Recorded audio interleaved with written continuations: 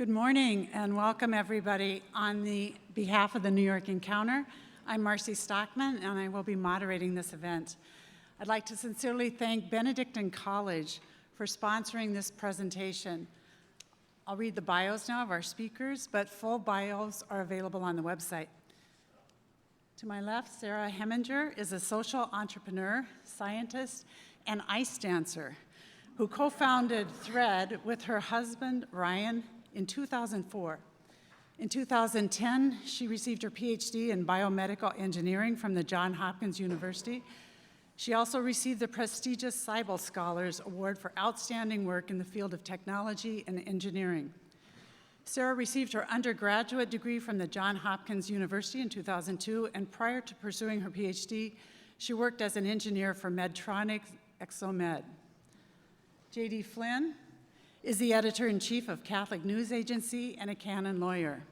He has published op-eds and essays in the Washington Post and New York Post, First Things, and elsewhere. He's an advocate for people with disabilities and for the full inclusion of children with disabilities in Catholic education. He's a husband and the father of 3, including 2 children with disabilities. Matteo Stohlman is a software engineer working in the real estate tech industry. He's the oldest of 8 siblings and the father of 3. So we'll begin with Sarah.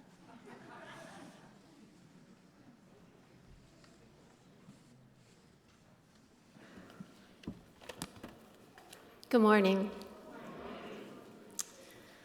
When I was in high school, my best friend Ryan's family unit was completely shattered when his mom was in a car accident and became temporarily paralyzed. She ended up losing her job. They lost their home. They moved from suburbia into Section 8 housing. And as a result, she became very depressed and addicted to painkillers and then began selling them in order to support her own drug habit. This all coincided with Ryan's transition into high school, and so he ended up missing more than 30 days of school and failing his freshman year. But there was this incredible group of teachers who didn't just say, hey, you can do better. They would actually show up and give him rides to school and help him with his homework and make sure that the heat and the water stayed on in his home. And that radically changed his life. It made it easier to decide to go to school when he didn't have to take 3 buses. It was a lot easier to choose to go to school when he was not hungry. And it was a lot easier to go to school when he had clean clothes that he could wear and not be afraid of being teased. By his senior year, he had become a straight-A student and varsity athlete and was on his way to the United States Naval Academy. And yes, later married me.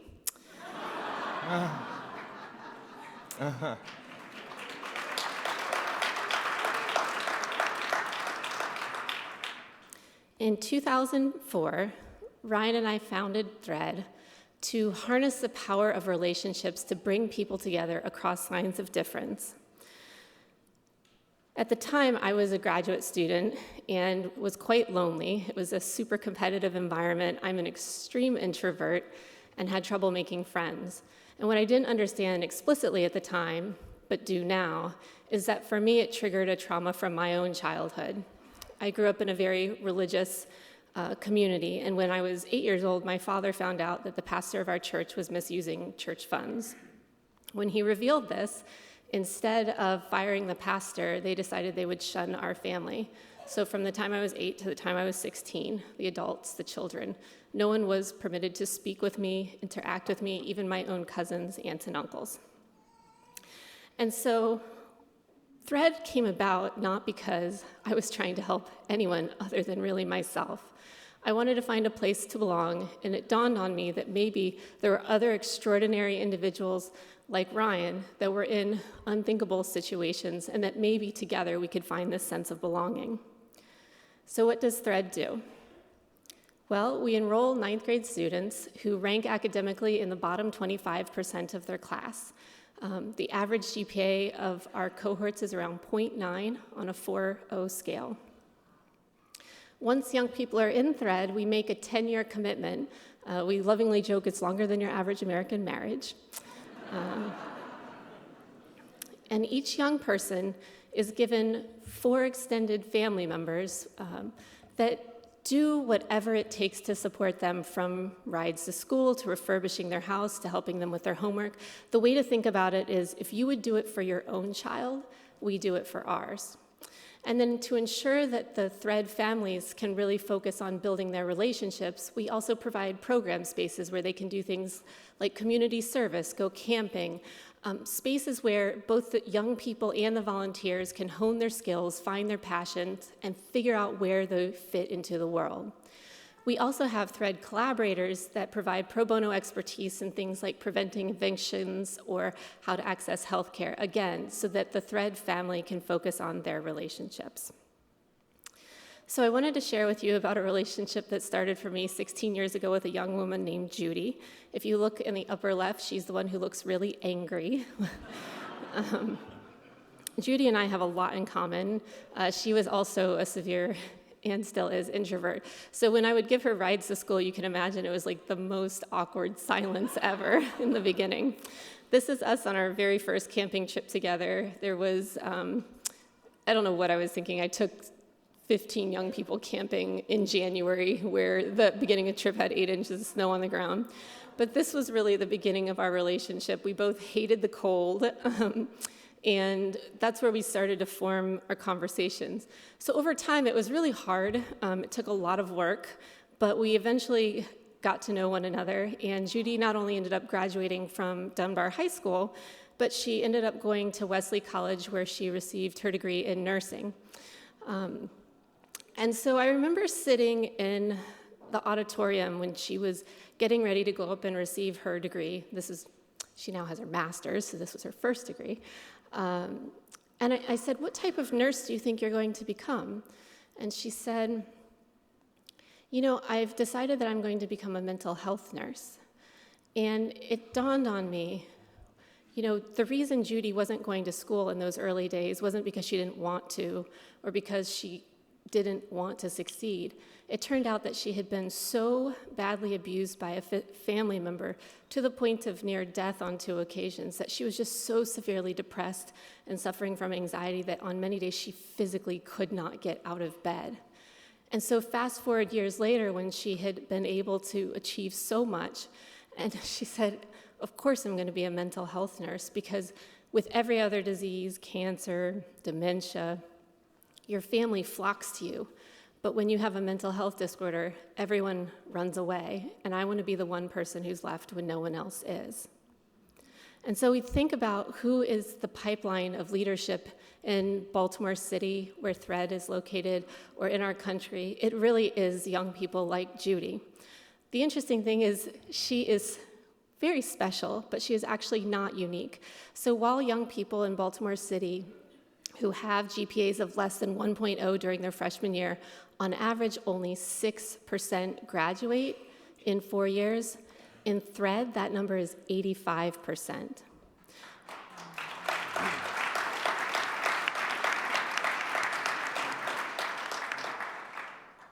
And of the young people, and remember, we never let go of a single young person, so in our 16-year history, we've retained every student we have ever enrolled during that 10-year period. And of the alumni, 83% have received a 4 or 2-year college degree or certification.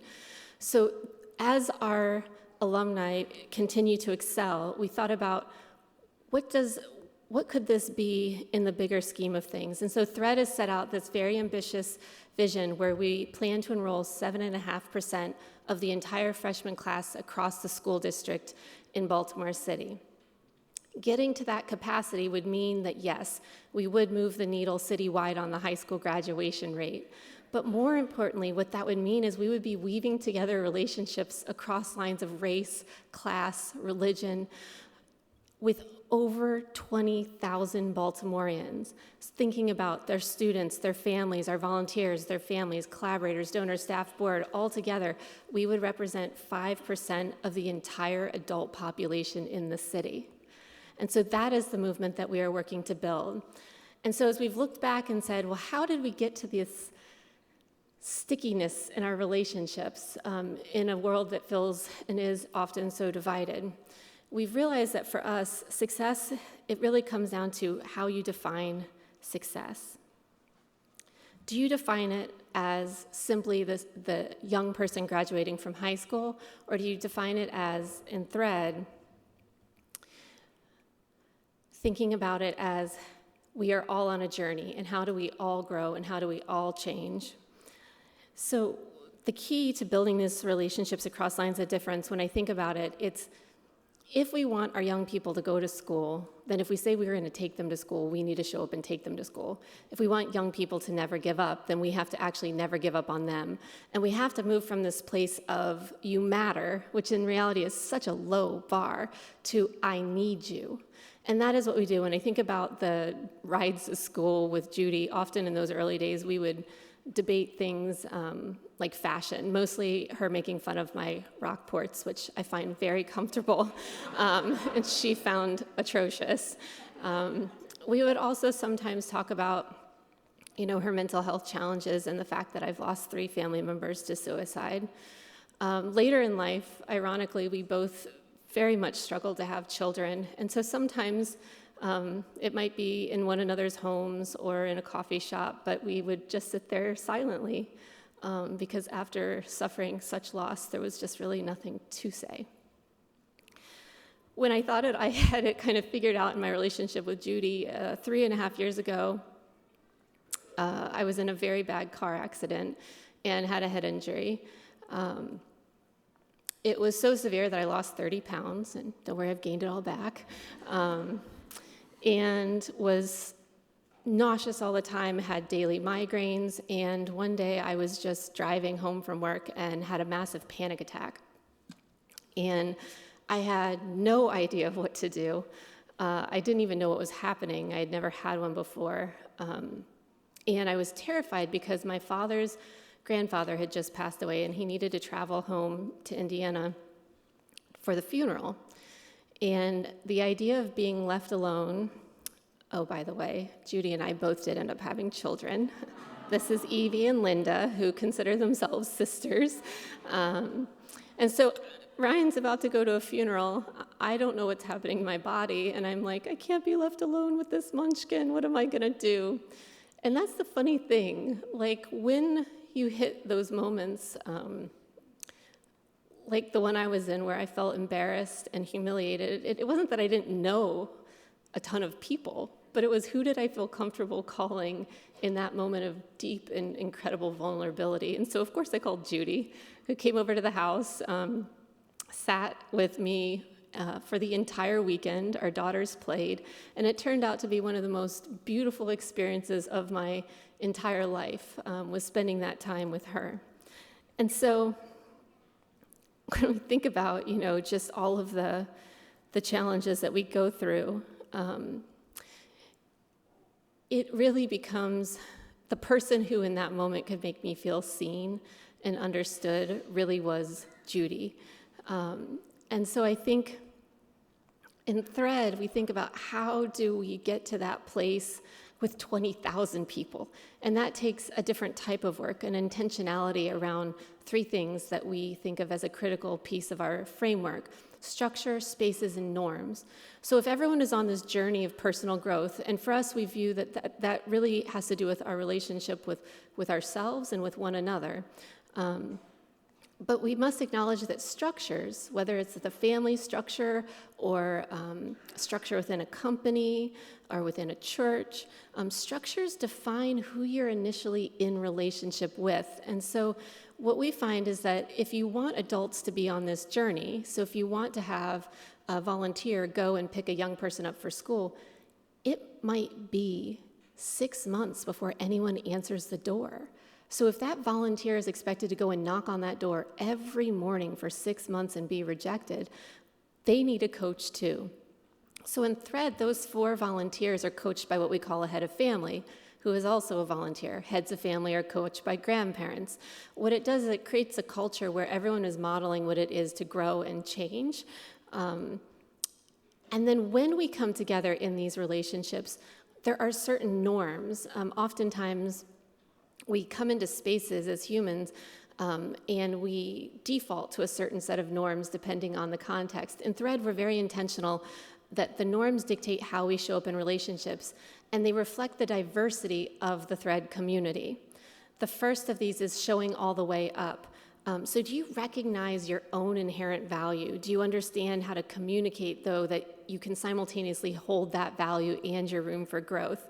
Are you physically and authentically present in the interactions? Do you challenge yourself to push through discomfort? These are all things that actually much of the way our society is built has encouraged us not to do. It's to put our best face forward and not allow for that vulnerability. The second is failing forward. So being involved in that iterative change process is about having the ability to speak the truth, but speak the truth with kindness. We call it calling a thing a thing. I was sitting at breakfast this morning, and the person sitting next to me noticed that I had a crumb on my cheek, and he was kind enough to point it out. But think about how many times you might go through lunch and you have spinach between your teeth and no one tells you. In Thread, we're all about, if you can't tell someone about the spinach, how are you going to tell them the thing they really need to hear when you're in that deep and intimate relationship? And then it's also about sharing how you've changed. So in order for people to re-norm what it is to be vulnerable in that way, you have to be willing to share your journey. And in this world where we have a range of privilege and power, the more privilege and the more power you have, the more that we believe that you need to share that journey in a way that becomes contagious for others. The third is treating relationships as well. So thinking, understanding that our ability to thrive is inextricably linked. This individualistic approach, it is so destructive. In Thread, it's really understanding that everyone has value. We're not a group of haves trying to swoop in a group of have-nots. We're family that leans on one another and shares moments of joy and of trial all at the same time. And it's also about meeting people where they're at. So it's understanding that we're all at different places in our journey and learning how to meet each individual where they're at, but intentionally crossing those lines of difference. And the final one is learning from all voices, making the table accessible, assuming that people have the best of intentions. I would say that this is the one that is hardest, I think, for most people, is if you just started every feeling of conflict and going to a place of that the other person had the best of intentions and trying to understand it from their point of view, it becomes so much easier to have those sticky relationships. So what does this actually look like in Thread? Well, we use spaces to reinforce these norms, and I'll leave you with just one quick example. This is our holiday party. We love, love, love to gather in groups, and again, spaces are a way to they allow you an opportunity in groups to reinforce those norms. So that might be after-school Thread hours or the camping trip. How the adults are showing up in those spaces sends a very clear message to our young people about their value and their place in our community. So this is Krishna. He's a member of our board of directors, and if you'll recall, thinking about power and privilege within a community or organization, a board of directors is where a lot of that often lives. And so our board, at our holiday party, instead of having a young person stand up and share vulnerably their journey and how they had grown and how they had changed, instead Krishna stood up and shared his. He shared how he had been sober from drugs and alcohol for the previous 6 years because of the relationships that he had in Thread. And you can imagine the young people in the audience, there are like 600-700 people there, were just like, because you look at Krishna, he's now the managing director of a private equity firm. He doesn't have to choose to share that story publicly. And for those sitting in the audience, it was this moment of, oh, maybe I'm not so far off from where you are, and we have a lot more in common than maybe I realized. So this was a way for him to show all the way up, for him to be vulnerable, and for him to message to our entire community, but most importantly, our young people, just how much we need them. And then this is later in the same party, again, thinking about how do you utilize spaces. We wanted to get everyone on the dance floor. Dancing is something that if you can really get everyone moving, it's hard to do. I'm sure many of you have been to really bad wedding receptions where it didn't happen. If you've been to a great one, you know how awesome it can be. But when you have 700 people of all ages, races, you have many different music preferences.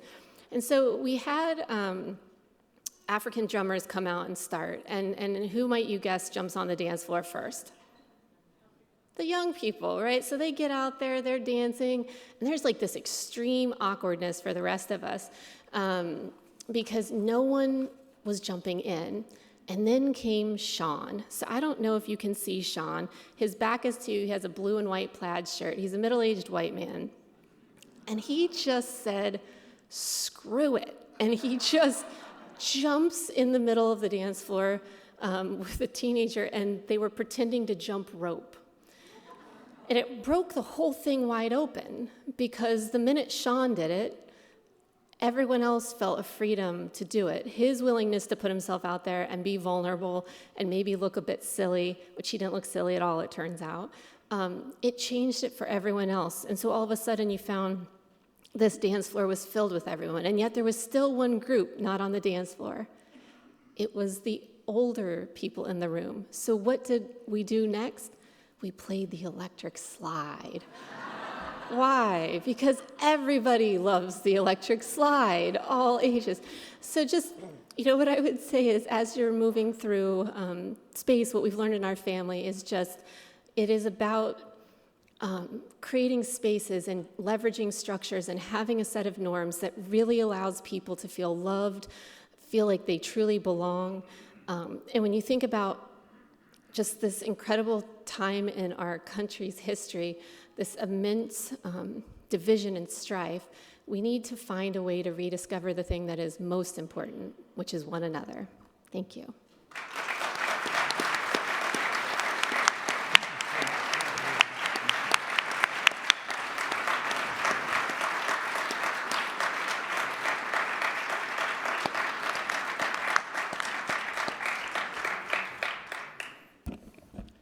That was really beautiful, and I do not wish to follow it.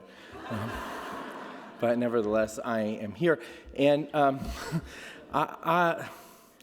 Sarah was here to tell you about this extraordinary thing that she has done, which is beautiful, and thank you so much for sharing it. And I am not here to share with you about anything that I have done, which thanks be to God, because I have not done anything worthy of sharing about.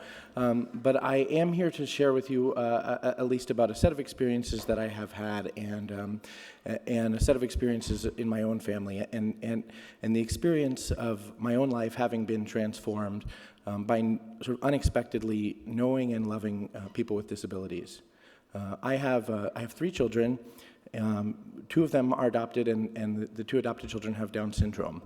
And I do not have them on purpose, which is to say, we are not the sort of good people who adopted children with Down syndrome because we wanted to do something nice for the world or for people with disabilities. We're the sort of people who adopted children because we couldn't have children and wanted to have children, and these were the children that showed up. These were the children that God brought to us unexpectedly. We met our son Max in the hospital when he was 10 days old. Our very best friend, Sister Marcie, who's here today, was with us on the day that we met our son Max in the hospital. And it was, for me, the first time I had ever met in a meaningful way any person with disabilities.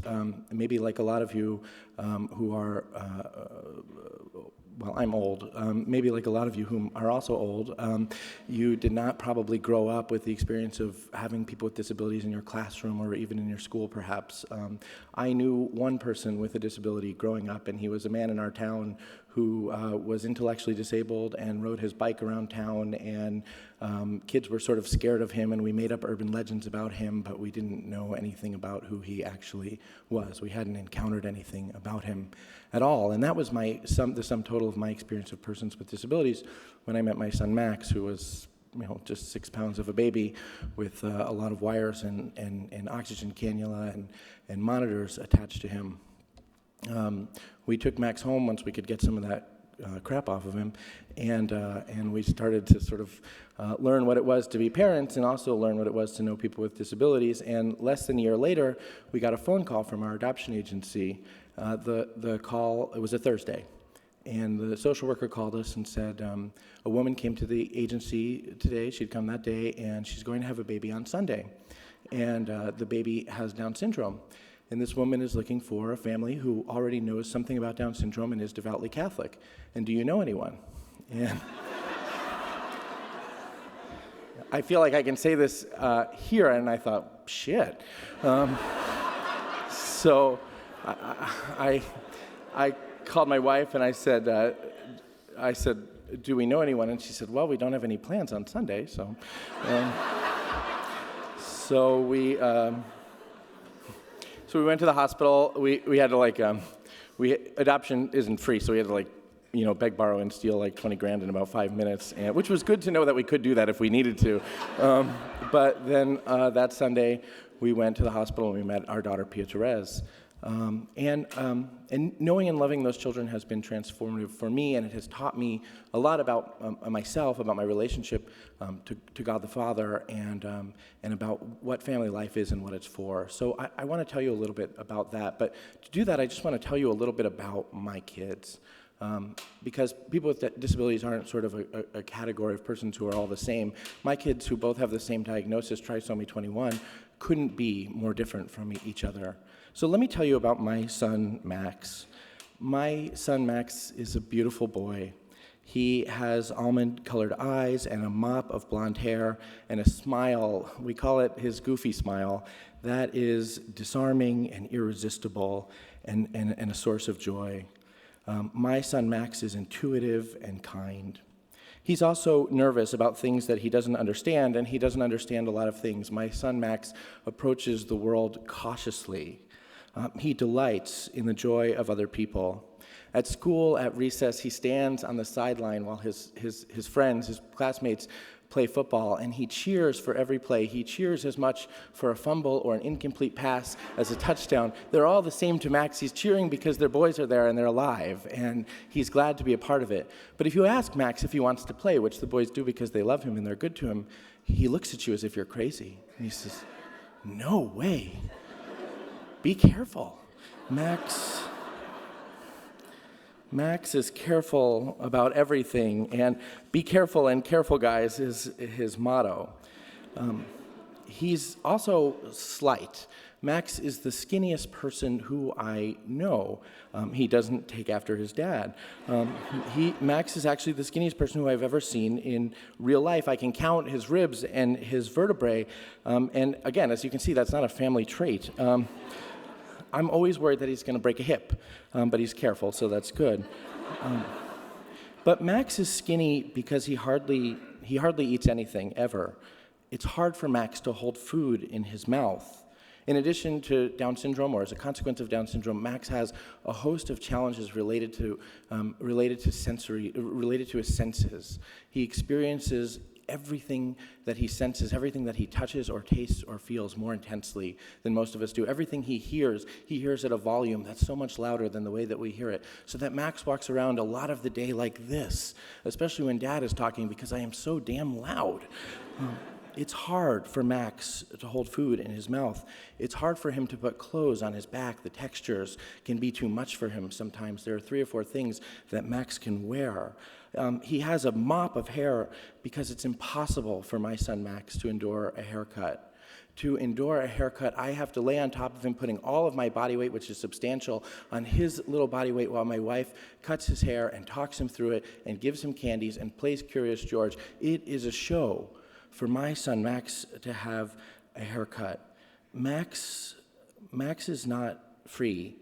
He teeters on the edge of freedom. There are ways in which Max is free. There are ways in which Max is full of joy and full of life, and there are ways in which Max is encumbered by his own experience with reality, but overwhelmed by the reality that he encounters. Max loves his siblings and his mom and his friends and his school. He also, and this is weird, he loves the dryer. Something about the tumbling of the clothes is calming to Max. So when Max has had too much of the world, he goes to the dryer and he puts a couple of things on and he turns it on and he crouches in front of it and he just watches. And sometimes it's all that he can do for 20 minutes, 25 minutes. And Max loves the dryer so much, and there's so much he doesn't understand about the world, that he thinks because he likes watching the dryer, he'll like being in the dryer. And so more than once, I've caught Max convincing his sister to turn the dryer on once he climbs in, and I've had to run in at the very last minute before the kid gets fried in the dryer. And I can't tell my wife about that because she'll kill me. What kind of person lets his son go inside the dryer?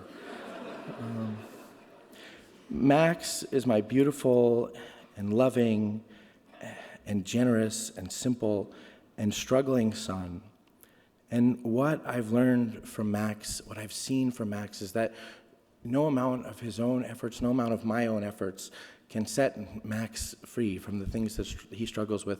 What I've learned about Max is that only grace and a long, sustained application of love can set Max free from some of those things.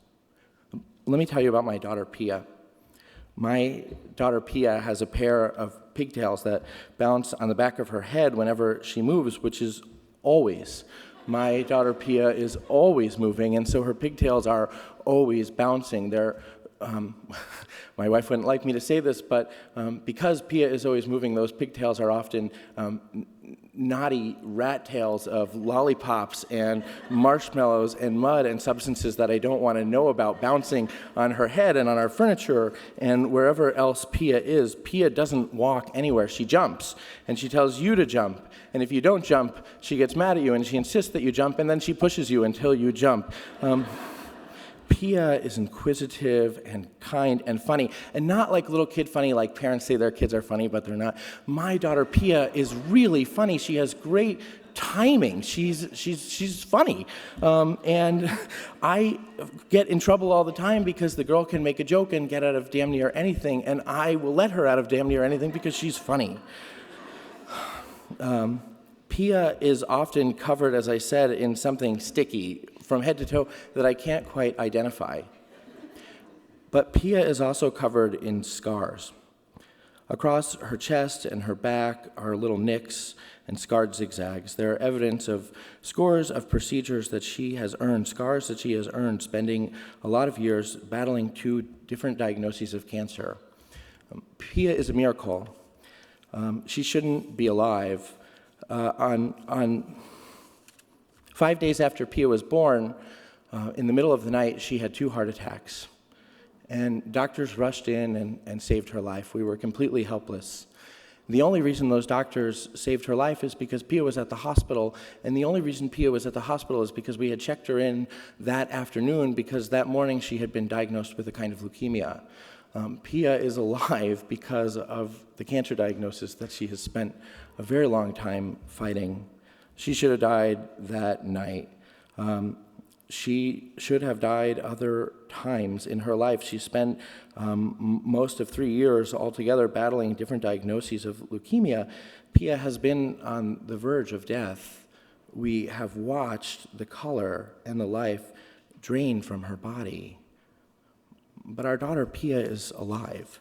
And in some ways, that's enough. My daughter Pia is a witness to the fact that life is a gift.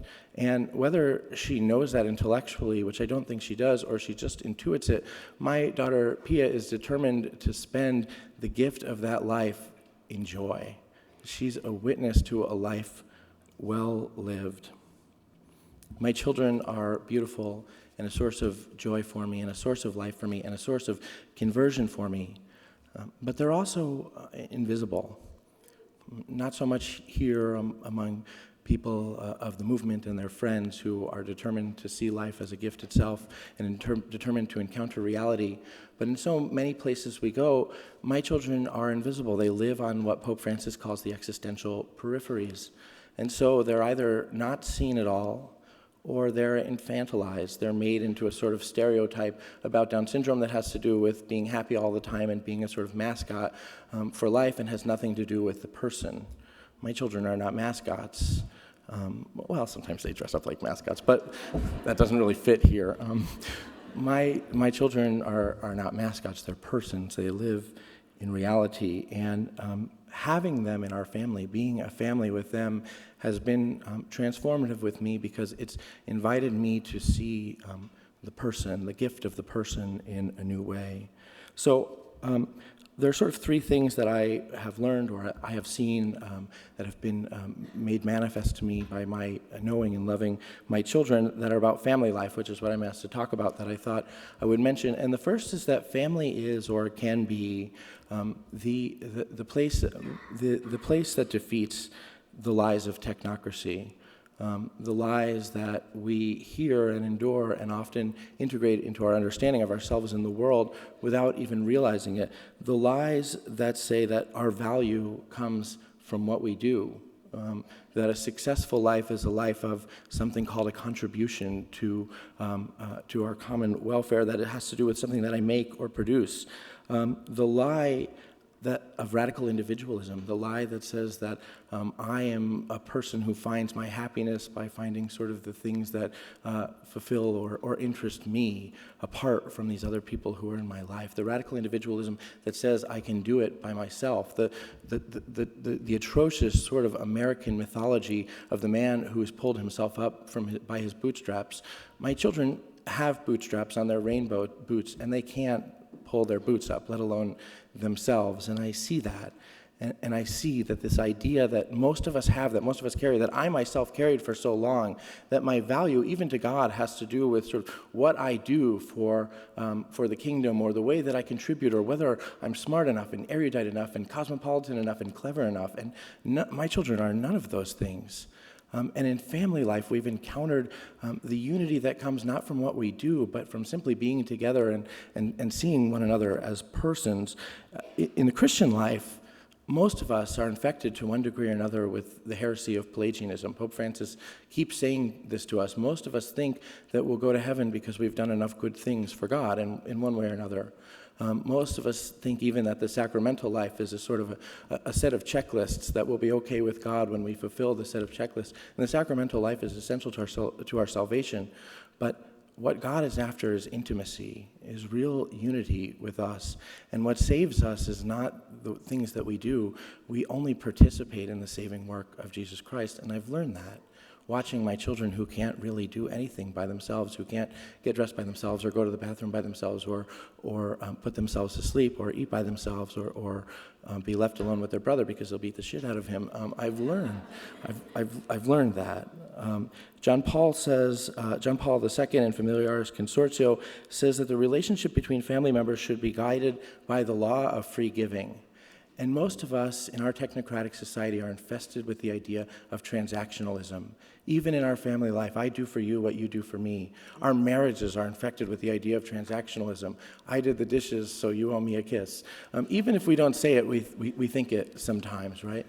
We think we keep in our minds a scorecard of how we're doing with our spouses, of how we're doing with our children, of how we're doing with our boss, of how we're doing with the Lord. And if we start to see that some of the Lord's most beloved people are people who won't make any marks on the scorecard, we start to realize that those things have nothing to do with our real worth. And the only thing we can give is ourselves freely. So related to that, what I have learned is that vulnerability and even weakness, and perhaps even especially weakness, is the locus of authentic communion with another person. And this has been the thing that has most transformed my own relationship to God the Father. My children really need a lot. There are so many things that they can't do for themselves, and sometimes they labor under the illusion that they do things for themselves. I do like 95% of it, and then they do the last step, and then they boast all day to me that they did it by themselves. My daughter said, myself, when she hasn't done it by herself, right? But most often, my children have to come to me, more often than I have to come to other people and say, help. I can't do it. They pick up their shoes, they want to put their shoes on, and they have to come to me every day and say, Dad, help.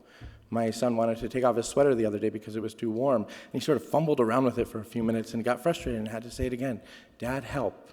Dad, help. Dad, help. And most of us are ashamed to have to go to someone to ask for help. And most of us, even with regard to God the Father, we sort of want to ask for help in a very generalized way. We sort of want to say, Father, bless us. Father, be with us. But the locus of intimacy for me and my children, the thing which gives me the most opportunity to be in their life, to love them, is when they come to me with something that they just can't do and say, Dad, help. And I delight in that. I'm so grateful for that. And I've realized how much God the Father is waiting for me to come to him, not with shame, not with humiliation, but with trust, that every time I say, Father, help, the Lord is delighted that I've come to him, that we have this new opportunity for intimacy and unity. This is true in human relationships, and so much more true I've found in our relationship with the Lord. The third thing that I'll say that I've learned, and that I hope all of us are learning in one way or another, is that family without mission is dead. We have a sense, I think those of us who are living the Christian life in the context of a family, that our job as parents is to teach our children a set of truths, right? To convey to them a set of truths about God and ourselves and about the universe. And we can, in that sense, we can become very insular. We can become, if the family is the domestic church, we can become sort of caught in the sacristy of the domestic church in the same way that Francis says that the whole church can be caught in the sacristy. We can have the idea that our family, that our mission as parents is our children, to form our children, to educate our children, and we can lose sight of the fact that our family has a mission into the world. Our family doesn't exist as an end in itself in the sense of a sort of a closed system. That if I want to teach my children the Christian life, I have to teach my children what it is to go out. I have to not only tell them about it, but I have to model for them and give them opportunities and invite them into opportunities to encounter other people and to proclaim in word or deed the kingdom, and then to invite other people to accompany us in the kingdom. And every family has precisely that mission. When John Paul II talks about the mission of the family and Familiaris Consortio, Pope Francis picks this up too. The idea of our family identity is the way that our family is living to proclaim the kingdom.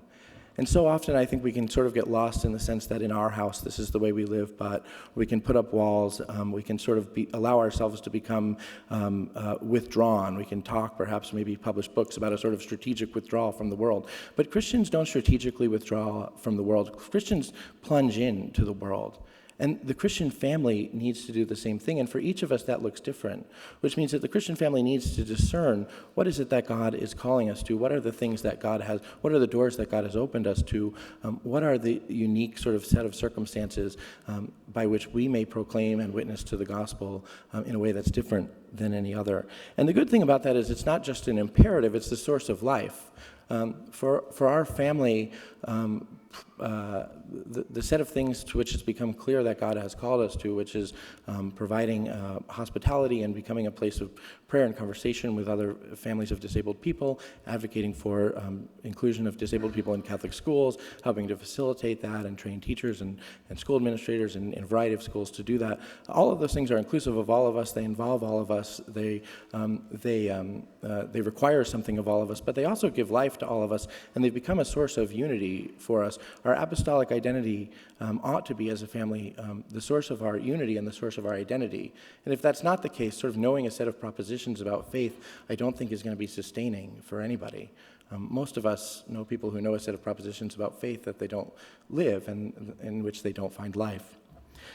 So those three things, that the family is the locus of the defeat of technocracy, that vulnerability is the locus of intimacy, and that the family exists for mission, are things that I've learned from my children, but mostly I just wanted to introduce you to them because for me they have been a source of great joy and a reminder to look for the meaning and the encounter with each person, because each one of us, I think, is longing to be loved and longing to have intimacy as much as my children do, even if many of us are better at hiding it. So thank you.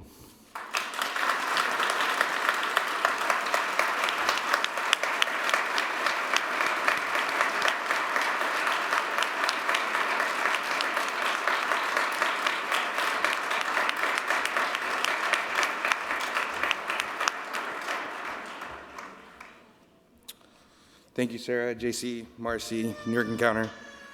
I apologize in advance, but I'm nowhere near as good of a speaker, so I'll mostly be reading from my notes.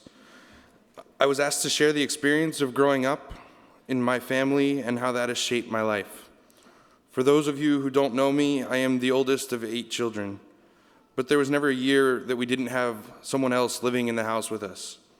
Whether it was exchange students, PhD students, guests, you name them, they've spent time at our house. I tried to put together a count for this talk and quickly gave up. It's no exaggeration to say that it was 100 people over the years. We used to say a prayer every evening listing Mommy and Daddy, Matteo, and so on, the kids' names. For a few years, we kept the tradition alive and recited the litany of all those who had stayed with us in the past, but it didn't take much for that list to become too long to manage. So we resorted to mentioning just those who were living with us at the time. With all the chaos you might imagine in a house with so many people under one roof, dinner was always a moment of great importance. There were usually about 15 people at dinner. If the table was only set for 8, we would all comment, surprised, where is everyone? Most nights, in addition to the usual people living at home, we had guests over for dinner. With all those people at the table, the most important rule at the table was one conversation. My parents were strict about this rule. So typically, while my mother interrogated our guests with her total lack of holding back in her line of questioning, and my father prepared his thoughts on what would become the heated debate of that evening, we children mostly listened.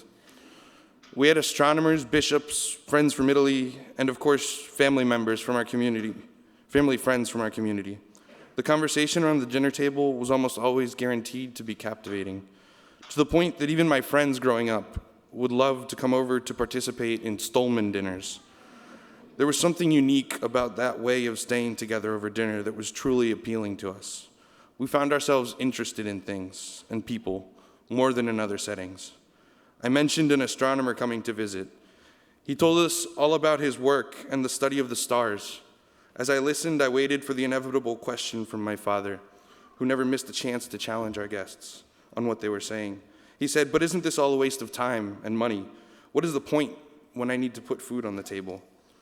I remember being stunned at this man's response as he retorted without hesitation, "But what is the point of putting food on the table if we cannot ask ourselves about the stars?"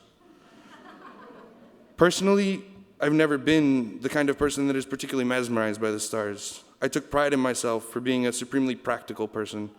But this response cut deep for me as a kid because it went so far beyond the transactional practicality of life we are taught. Because even in those dinners, I knew there was much more that I wanted than just to put food in my mouth. Over and over again, my mother and father invited people to dinner, not just to eat, but to share a passion for life, and to follow those around them that had this same passion. When I was younger and I would get sent to bed, I would often hide around the corner on the stairs, listening to them talk to their friends that had come over for dinner. I remember being blown away by the level of friendship they shared with these people. It was clear how much they depended on these friendships. It's shocking as a kid to see people you look up to so much express this dependence and asking. In this way, I grew up to see my parents in a different way than many of my friends. My parents were shaped by a relationship with everything around them, by an infinite curiosity about everyone. It was clear to us that this relationship was necessary to their identity, that they invited people because everyone and everything was fascinating to them. Everything was an opportunity to learn a bit more, to be challenged a bit more, and to discover that life was beautiful. We're taught to avoid the word judgment today, but growing up in our house, the insistence on judgment was far more important than most any rule. I remember something that was said to me one time by one of the many people we hosted at our house. We were in the middle of a basketball game. He was about 10 years older than us. He stopped in the middle of the game and he said, "Isn't it amazing that he loves our freedom more than our happiness?" The relationship with my parents was exactly like this. For my parents, the insistence that I use my freedom to judge my life, to take seriously the question of my happiness in front of everything was the most important thing. This is a radical position. I don't understand it fully. You may be thinking to yourself that it's quite obvious in a sense, but I don't mean it lightly, and the consequences are not small. For example, I started smoking when I was 14.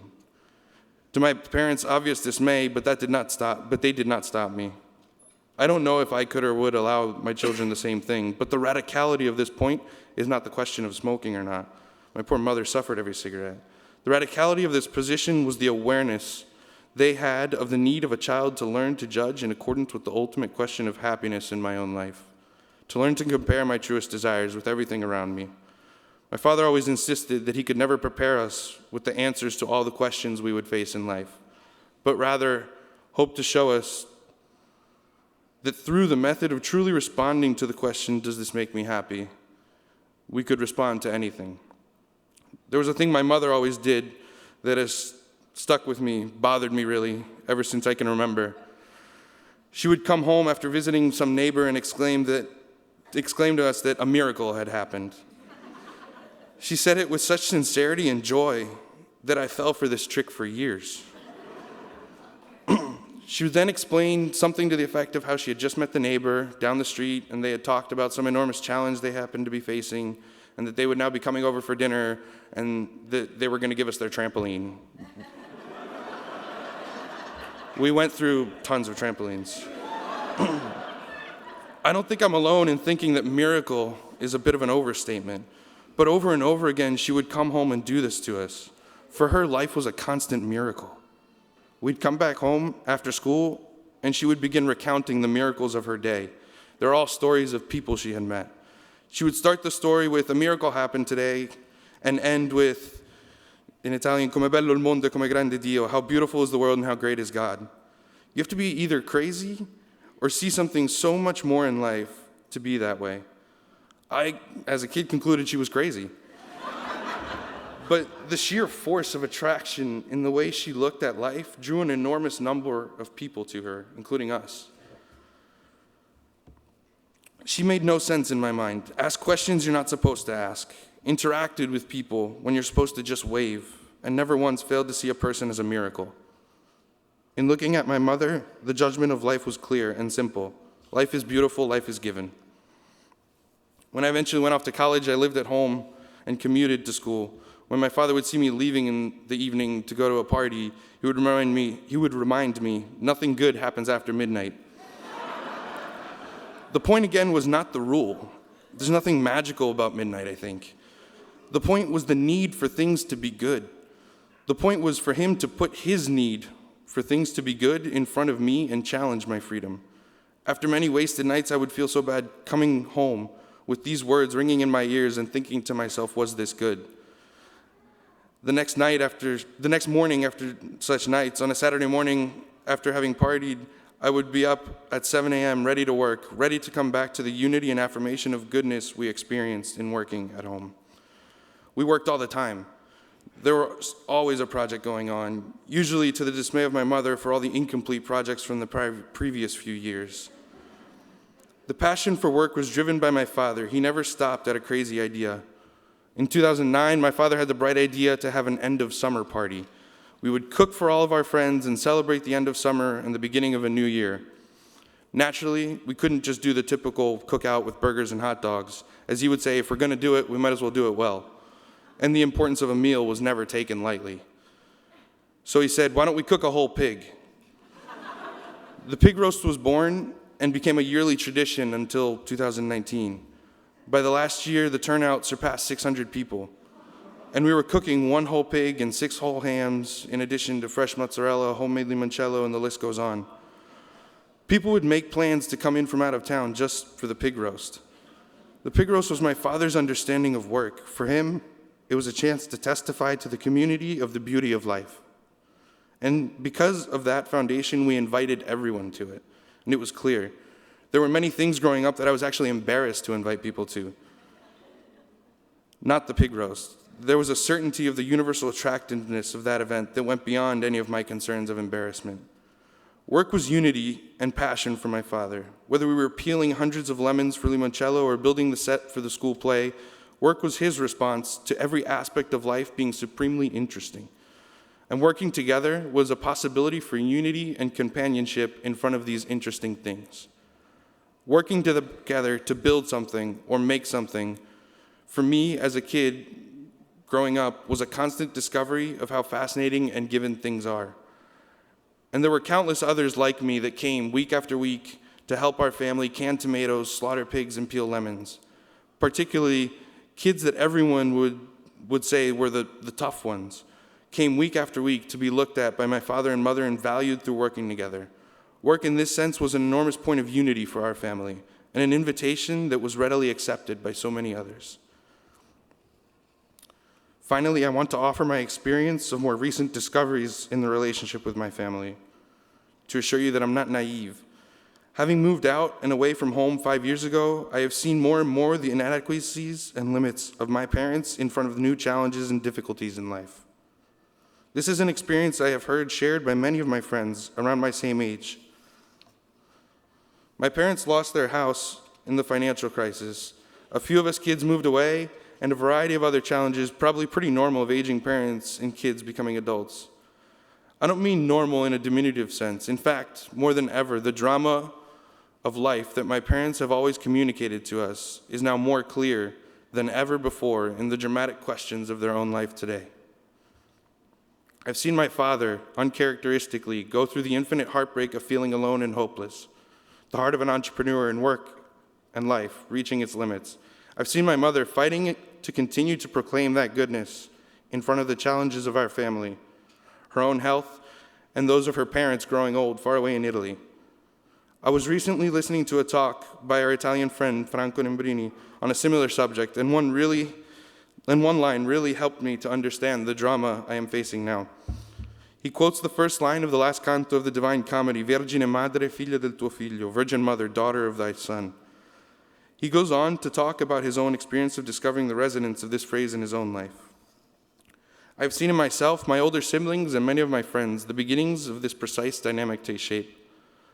Throughout my life, my parents went from being the absolute authority to testimonies of an immense goodness of life, to real companions and friends in life. Now we are starting to see this role reversal in a sense. This return to a dynamic of relationship familiar from when we were younger, but in some way flipped. We start to become like fathers to our fathers. I am here to testify to all of you, and especially to my parents, that same goodness of life that they taught me, to my parents, that same goodness of life that they taught me. It may seem vain to make such a bold claim, but it is simply the result of that greater goodness not residing in my father and mother, but rather in the experience of living the possibility for life to have meaning, and for all of life to be a reaching towards this meaning. So my vanity has nothing to do with it, because what I'm claiming is not that I've surpassed my parents by any means, but rather that the very passion they had in front of life that inspired me as a kid is precisely the need I now communicate back to them. I've now been married almost 5 years and a father of 3. I often find myself in need of this approach in front of my own children. The rules and to-do lists are ever growing, but the anxieties that come from seeing my own limits in raising my children or being husband to my wife are set at ease by this memory that for me what was most meaningful in the way I was raised was that my parents were first and foremost searching for themselves. I'm recalled to my own need for happiness, the desire that every moment be a miracle and that my life be full of asking. We often thank our parents for giving us life, as we should, but like my friend the astronomer said, what does putting food on the table mean if we cannot ask questions about the stars? More than anything, I would thank my parents for communicating to me through their own life the urgency and need that life be good and have meaning. Because in carrying this urgency with me now, my eyes are opened again to the promise of the beauty of life. Thank you.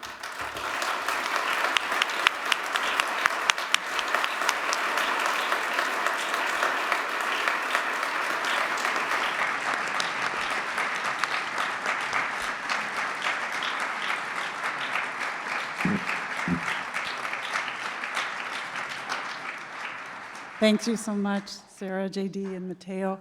And thanks again to Benedictine College for sponsoring this event.